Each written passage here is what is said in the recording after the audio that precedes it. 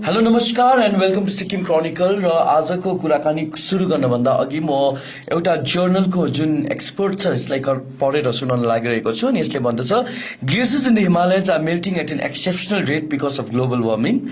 अनि the study published in the journal Scientific Reports also states that the glaciers in Himalayas are shrinking far more rapidly than glaciers in any other part of the world. र आज yes एडिसनमा हामी यसै विषयलाई लिएर कुराकानी गर्न लागिरहेका छौं अनि आजको कन्भर्सेसनमा मसँग हुनुहुन्छ the only glaciologist from the state of Sikkim, Smriti Basnet. स्मृति बस्नेत अहिले डेपुटी डाइरेक्टर हुनुहुन्छ फ्युचर अर्थ ग्लोबल साउथ एसिया हबको र तपाईलाई जानकारी गराउँ कि उहाँ अहिले साउथ एसिया अफिसको डाइरेक्टर पनि हुनुहुन्छ र उहाँ centre of excellence water and glacier research programme जो सिक्किम युनिभर्सिटी अन्तर्गत छ यसको उहाँ पीआई पनि हुनुहुन्छ and she is also leading a team to north Sikkim for a survey.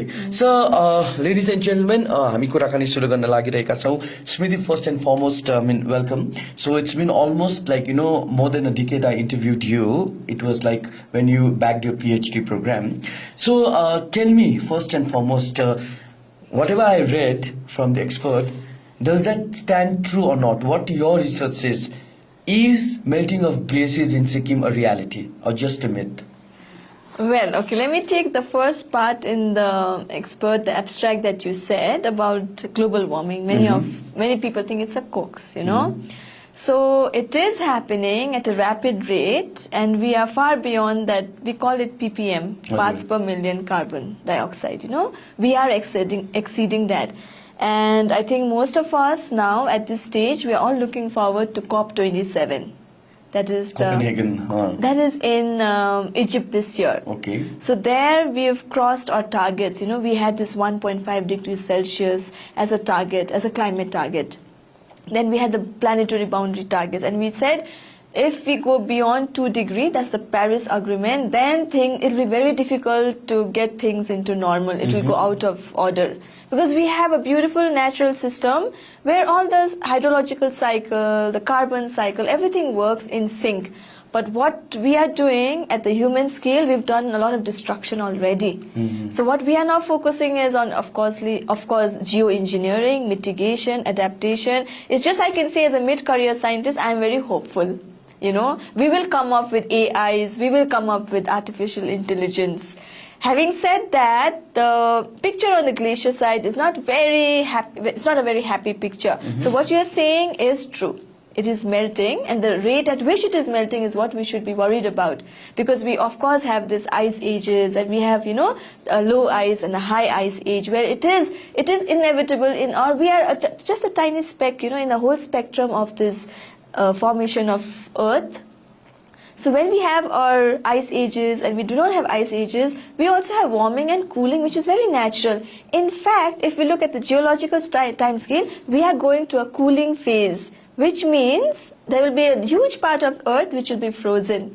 But that will be very far away from today. But what we are concerned about is this 20 years, 50 years, where we see, you know, this carbon dioxide graph going so steep, and it will be beyond control, and people are now talking of tipping points, etc. So this is true. But what you're saying, and there are facts to even prove that. Yes.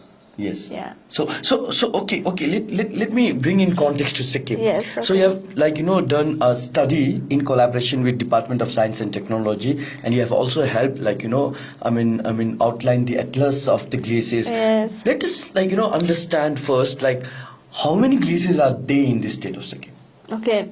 So, you know, there are many definitions of glaciers. Some do not consider glaciers below 2 kilometers square as glaciers. But when I was in DST, that was a long time ago, when we initially made our inventories, we mapped around 84 glaciers. And this was a work of also Dhiren Shresters and others, so the group of Dr. Kulkarni, who was my previous PhD guides. So you can say there are around 84 glaciers in Sikkim.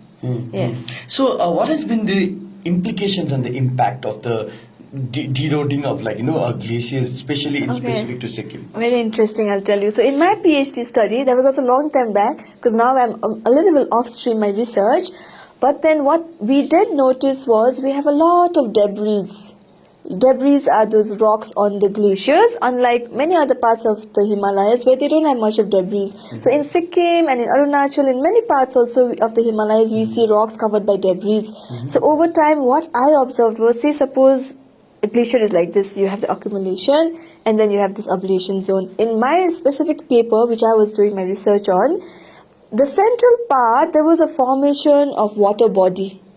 So the latent heat of water is higher than that of the ice. So this lake was helping melt the over surrounding ice in a rapid rate, and the lakes that were forming in between the glaciers were breaking the glaciers into two parts. So instead of glaciers just retreating this way, even from the mid they were breaking apart. So that was some phenomena, and then when they break apart, there was reversal of slope. Okay. Because for glacier, you always need, it needs to be a ice, a moving flow, body of ice. Yes. So that is one observation which I saw, and I'm so happy even till date there are so many people citing that paper. We can just write a paper and forget about it, but when people have like 152 citations, 252 citations, you feel happy about it that your work is going into somebody else's research, So that was one kind we saw. And the others, what we also observed in my research, was that there are lots of lakes around the glaciers in Sikkim. And this can be very dangerous. We all know of Glof, of the glacial lake outburst flood. And in the 60s also, there were 2-3 Glofs in Lachung, the village where I usually go to and study, where even the settlements had to shift their location somewhere else. And when I also went to Tembaba this time, I see a huge lake formation there. So we are worried about this, and we are very worried about the people who live along these lines. One is the threat of Glof, and what now? The next prediction is like we are going to have torrential rain in this past 20-30 years. People will think, we are getting lots of water. But this is like, when we are going to have scarcity of water, it just comes down in big buckets. So that's the kind of rains that we will be receiving in this 10-20 years, followed by very unpredictable rain. And what I am worried, I was telling you also about, is all the people who are dependent on rain-fed agriculture in our pockets of the Himalayas. Starting from Sikkim, starting from Lachung, Lachen, because everybody depends on, they grow their potatoes in time, they grow their maize in time, and they just wait for the rain and they just relax and wait for the rains, right? But now what's happening is there is a whole shift of season. What you experienced in February, you will not experience it. There's a different pattern in migration of birds. There's a different species of flowers which you see now. And even 1.5 degrees Celsius change in temperature is so critical for a Himalayan belt, because we are all in the hot we call it the hot spots. With that you'll have almost like 20% of extinction if there is a change in climate by that much margin. You can understand there will be trees which will not survive. In fact, yaks, I'm so closely related to the yak program of also EC mode.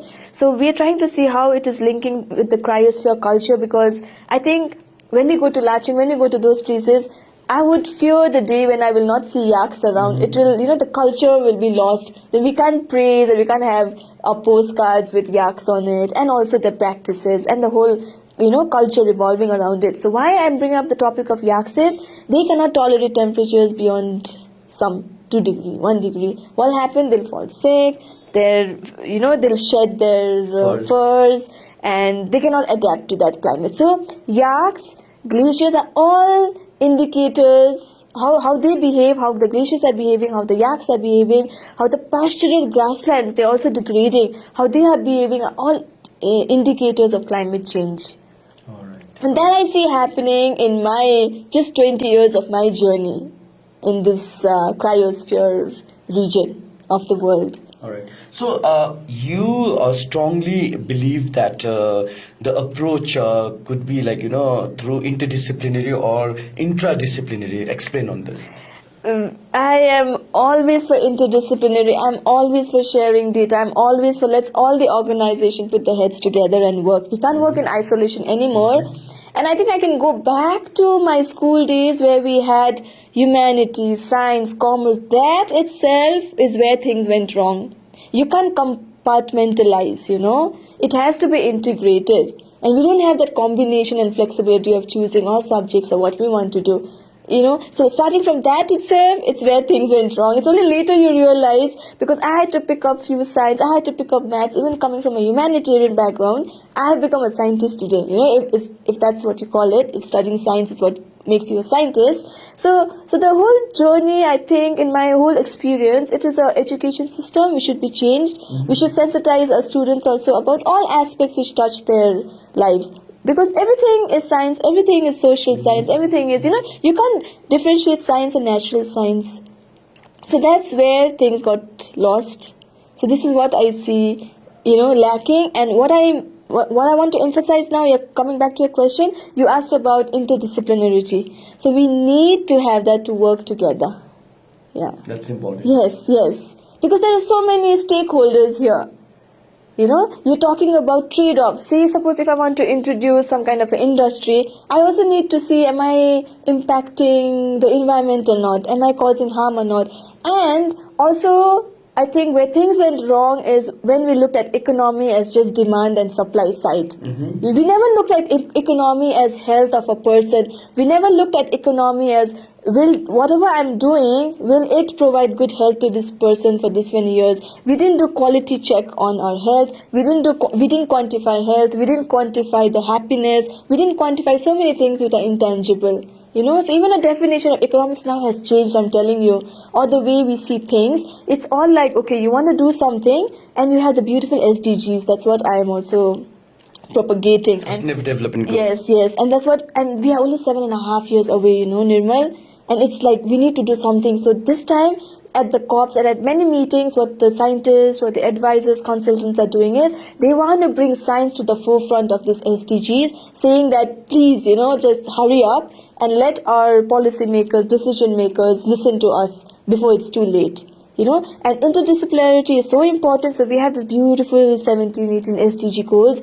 So on top of that, what we have created now, as in many thinkers now, or climate scientists, they have put on top of this SDGs something called the planetary boundary. Like if you do this much, how much will the oxygen go? If you do this much, how much will the rise in our sea temperatures go, and what will happen? So we need to progress. We need to have, economy. We need to have money flowing. But then there are trade-offs we have to take care of. And we should not compromise with our living atmosphere. So we have atmosphere over our SDGs, which is saying that don't just look at SDGs, also look at climate parameters, also look at climate change. Absolutely. Yeah. So, your role in establishing a Center of Excellence Water and Glacier Research Program in Sikkim University has been very pivotal. So, tell us, what exactly does this program covers, basically? Yeah, okay. Excellent. So, it was always my passion and dream to, contribute, because I have been like a fellow of the Chief Minister's Fund, who was helping me with my PhDs, who was helping with scholarships. And I always wanted to give back or do something, even from far. Now that I'm working in Bangalore and we have got global offices everywhere in the world, in Future Earth, I always wanted to contribute and do something. And me, in my journey as a PhD scholar, as a scientist, or as you say it now also, there were no books on glaciers, there were no books on snows. Even people did not know that there was snow and glaciers in Sikkim. Forget about a researcher. Even if you go and talk to a common person, they're like, hey, our Sikkim glaciers, things like that. So I had to struggle. You will not believe it. There was not a single course or university which was giving coursework on glaciology. My guide, he sat over the week and he prepared a glaciology syllabus for me for the first time when I was doing my research in ISRO. I was affiliated with the Nirmal University there. And I had to go to libraries in SASE, Chandigarh. I had to go to libraries in ISRO. I had to hunt for papers, articles, and I didn't want my other generation to go through the same process. So that I joined Sikkim University. There was this, it's called IUCCC, Inter-University Consortium on Climate Change. It didn't go very well, but I joined there as a research associate with the idea of establishing a glacier lab in Changme Khangpu area in Yumthang, which we did. But most of my study was on the cryosphere society linkages there, and also we measured the flow of water from that river, which is also very substantial work. So besides that, I think I would be proud to say that I introduced the syllabus on glaciers and snow in the curriculum of the master's program now under environmental science in the Department of Geology. So that being said, at least now students will keep studying, and we're also planning to have projects where people will be going up to the glacier, because we are so close to these glacier fields. Instead of having lots of people coming from outside the state, we can have our Sikkim University students, and we can also have people from around the university as a part of the university to go to the glaciers. And talking about the Center of Excellence, which you talked about, there were very few universities that were given Center of Excellence, or few states in India which were giving the State of Excellence by Department of Science and Technology. So this was an excellent opportunity, and me being in the field of glaciology, I had contacts with few people in the ministry, I had contacts with few people in Department of Science and Technology, and working in Sikkim, I had contacts in Sikkim, and working in Sikkim University, I had contacts with professors here. So they also wanted to initiate a program. I helped them. We wrote the assignment propaganda together, then they improved upon it, because we were like, we don't have experts in glaciers yet, so we should also look into some other parameters. So then they reframed it to water resources and glacier studies, and we got this Center of Excellence. Beautiful program. It has around a huge budget of more than 8 crores, where we're planning to put up automatic weather stations in parts of the, in the glacier area parts. We're planning to even study the availability of water in the future for Gangtok and also for Sikkim. So we have researchers, open position for 12 staffs, starting from PhDs, doctorates, junior research fellow, senior research fellow. So we have a very good team who've come from all parts of India, and they, along with them, I will be co-leading this team this time. We also have a person, Thupsten, from Ladakh. He's very good in the field, so he will be leading in the field, whereas my foothold was on the remote sensing part. But I know what problem needs to be done in Sikkim, because I have gone through that during my PhD days. What we are going to do this time is, what they have set as an agenda is, we're going to go to the snow areas this time and drill pits to take out snow cores. Even snow cores can give you signature of what the climate was like in the past. Glacier cores are more accurate, but what snow ice and snow cores can also give you is, you will know the contaminants. And I was talking to you about black carbon. This is something which I'm really passionate about, and even in my PhD days, I had found a lot of samples of black carbon in our snow. And how do we halt it? It's all because of, we have to regulate tourism now, or that's a little bit too late. This is what I wanted to bring on point, is that Sikkim is a tourism state. So we have a huge footfall, right? So tourists easily gets access to higher regions of the state, such as mountains or snow-fed areas. So how has the tourist footfall in the higher altitudes has affected basically the glaciers or other biodiversity? And has there been any specific study, and what is the remedy? Okay, see, I'll put it this way, if you're talking about solutions, if I was in the, let's just say if I'm the Chief Minister of Sikkim, okay, what I would do, this is the solution, I would have brought 3 departments together. That's the Forest, Department of Science and Technology, also the universities who are studying glacier changes, and so we have tourism, we have Department of Science and Technology, and we have Forest. We come together and you make a regulatory plan, where you make sure that you don't cross that threshold of how many people can enter the zones. And I have been to many places in New Zealand where they do not let even people walk to the glacier area. They've all made margins where people cannot go beyond. So what we need right now is, we need regulated tourism. We do not want to choke the place, even the places get choked. Even the people will suffer because of seeing so many people. We need to have it regulated, and we should do away with this 3 days, 4 days travel to Lachur, because we want people to go there, experience, enjoy, and not just pollute and come back. Because there are these soot particles which travel for 50 meters or even more, 50 kilometers or even more. And these vehicles, they will, and the other solution is, you have a very strict regulation on your pollution coming out from your vehicles. You either do that, but it's high time that we regulate tourism right now. Absolutely. So tell us, what could be the policy level intervention to mitigate this problem of melting of glaciers, especially in the state of Sikkim? What should be done? Because we talk so much about this, right? But at the end, we see it's heading nowhere, right? So sensitization. Yes. But for whom? and we should be sensitized. And what should be the intervention of the policymakers? Okay. So now we need to see who are the policymakers here. Who do you think are the policymakers? A question to you, you know? Because the spectrum, the bandwidth is so wide here. But it's mostly our IAS officers, our bureaucrats, our secretary who stay there and who are judging the situation day after day, year after year. Policymakers will come and go, politicians will come and go, but we are depending on this main core bureaucracy team, you know, and supported by the science that has been worked, that all the scientists are doing in all departments, from forest to DST to Sikkim University. So you need to have, I think, just like we have COP for global warming situation, for global interventions, we need to have, I think, at the state level, some kind of a forum where you are getting politicians, where you are getting bureaucrats, where you are getting students, and they have a dialogue and they come up with these policy briefs.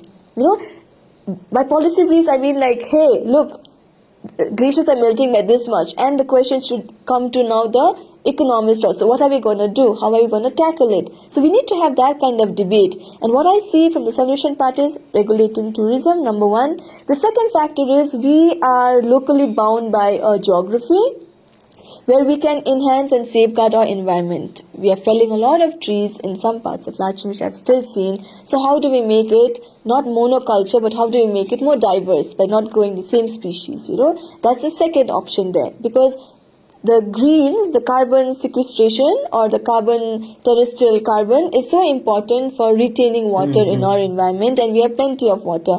But that being said, we need to do this. Plant a lot of greens in the urban areas, because next future we're going to have, you know, even our rural areas are going to lack trees and all. So even urban areas should be focusing on trees. Why? Because we are so closely connected with our glaciers. We need to protect the trees in order to protect the glaciers, in order to protect ourselves. So these are the indirect, direct, you know, steps to proceed. So one is regulate tourism, one is, I told you about trees. The third one would obviously be, we have something called geoengineering. Like you must have heard in Ladakh how they're having artificial lakes, waters. So while siphoning the water, if there was some way to even preserve those waters somewhere. And none of our Himalayas, we have tanks and reservoirs. We just let the water flow whenever, you know. Why not start making, like how they had started in Yuksum, why not start making those mud ponds? Why not start making more of those? Because I have heard that South Sikkim will face a lot of problem in water, because they are not... They are already facing actually. Already, yeah. So they are not snow-fed or glacier-fed, right? And even trying to regulate or changing the channel will again lead to a lot of catastrophic disturbance to our, you know, our species, our flocks, our birds, a whole species. So these are the solutions I can think of. Why? Because we also have something called the Milankovitch cycle, which we cannot control. It's the amount of sunlight coming to our earth, because of which there is a natural heating and cooling process which has and has to happen. But at what scale do we as humans curtail ourselves? How do we conserve ourselves, you know? And how do we make ourselves more carbon neutral should be the talk in each and every department in Sikkim. How do we make, like say if you want to invest in business, how do we make it carbon neutral? How do we ensure that we follow the 17 SDGs? If you go to power department, how Hydel perfectly, you know, it's already there, but how do you even make it better? In terms of transport, look at it now. Look at our road to vehicle ratio in Sikkim. You know, we are going much beyond, we are just overflowing now. So we need to look at all these kind of thresholds, and we need to, there's only one mantra I think, it's carbon neutral. Whatever the government plans to do, look at whether you're tackling carbon neutrality or not. I think that should be, that is the solution of the hour. So, majority chunk of the people in capital Gangtok depends on water which comes from Ratichu. Yes. And Ratichu is a snow melt water. It's a mix It's of a mix. snow and rain fed. So what do you think, like, you know, I mean, how would it affect in future, like, you know, in terms of water shortages if the problem is not mitigated at time?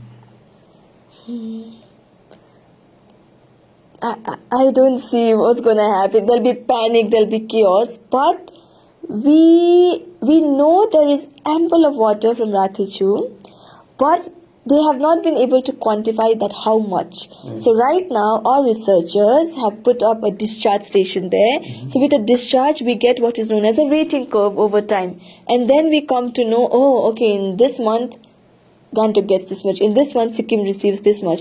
Then we'll be able to predict and also say how long it will last and fluctuate. But there are other sources also. Even if Ratichu fails, there is also B2, B1, those regions where you can streamline, and where you can also regulate the water. But what is lacking now is we don't know how much of water. Everybody just speaks. Even when I looked at past records where Germans had come and they had studied this, the water which was made by a king during those times. How thoughtful of them. Look at their vision. Yeah.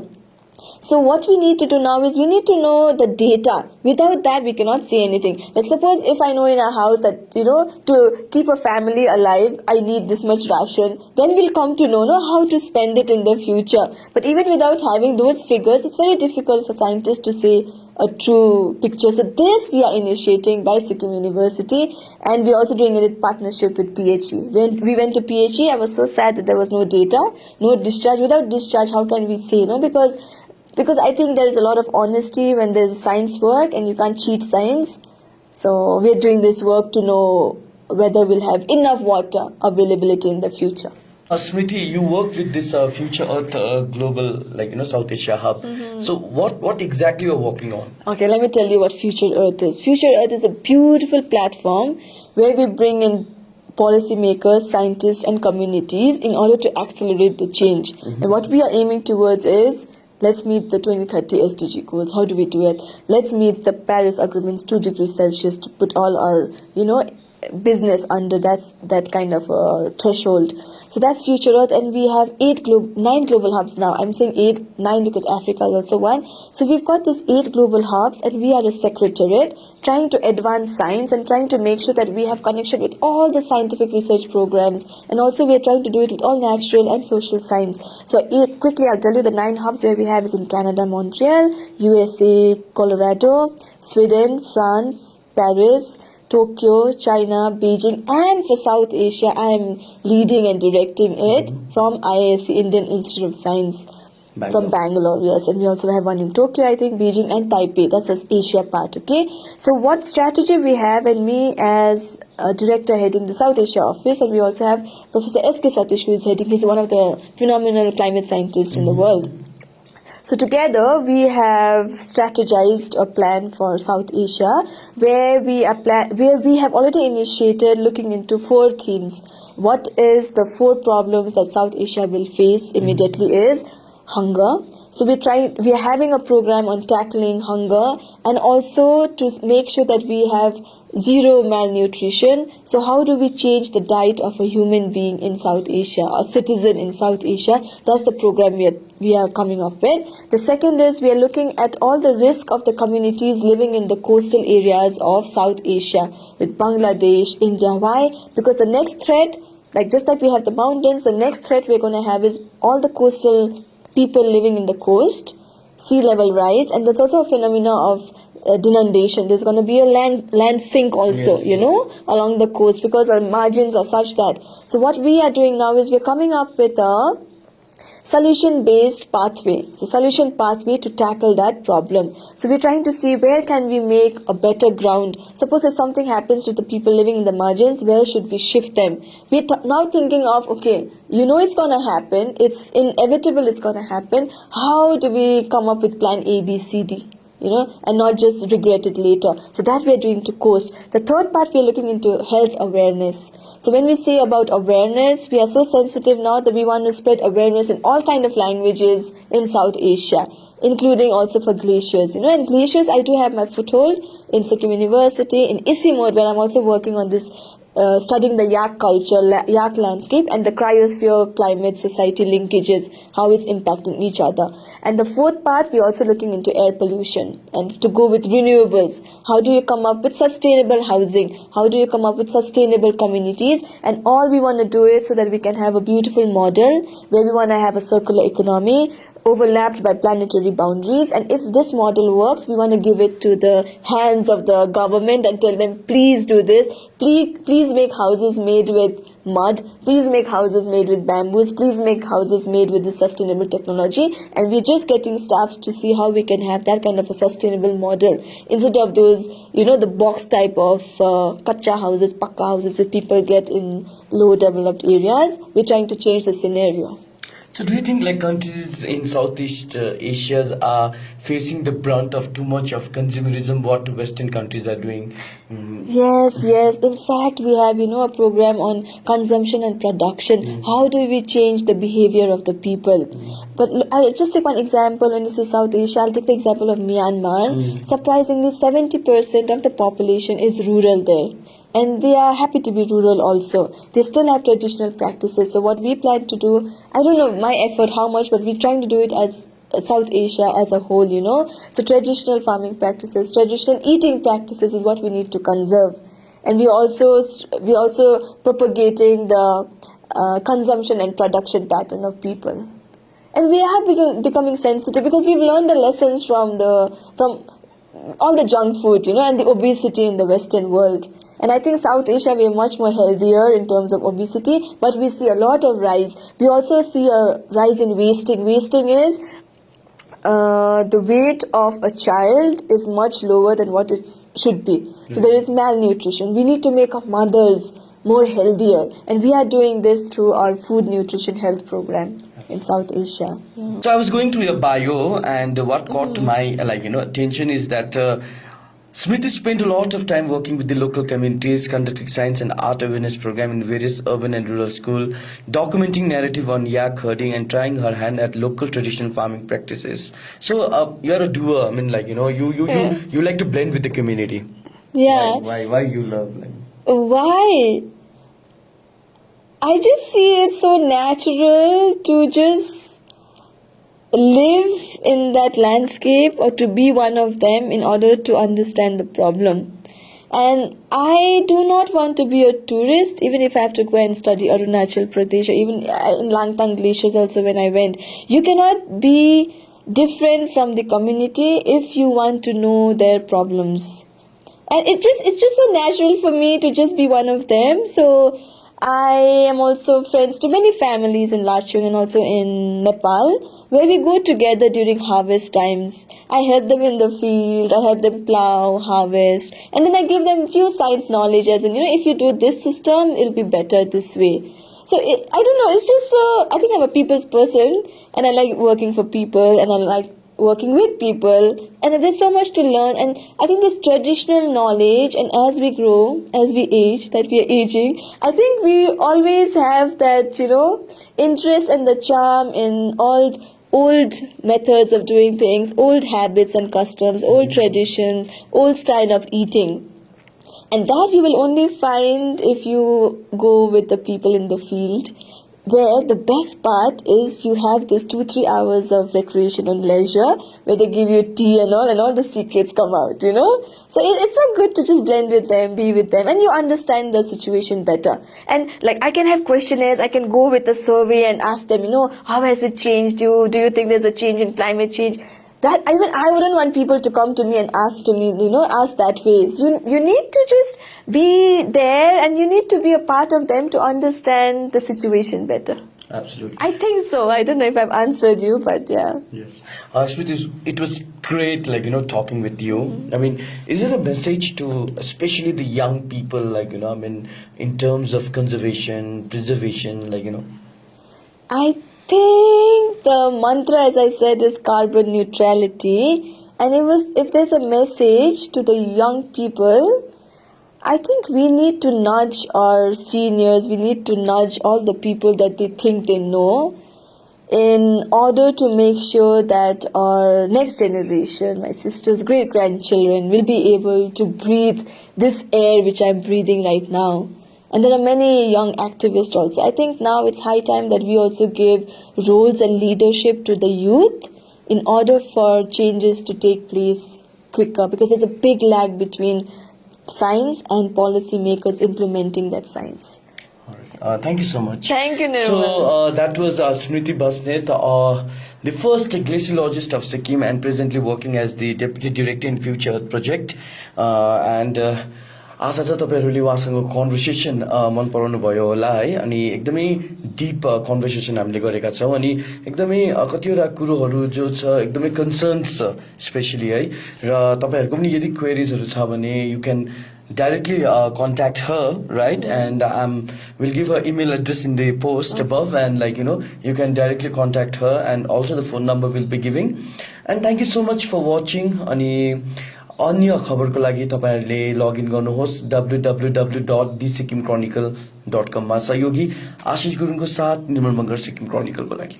Get all the credible news on the go. Download the Sikkim Chronicle app.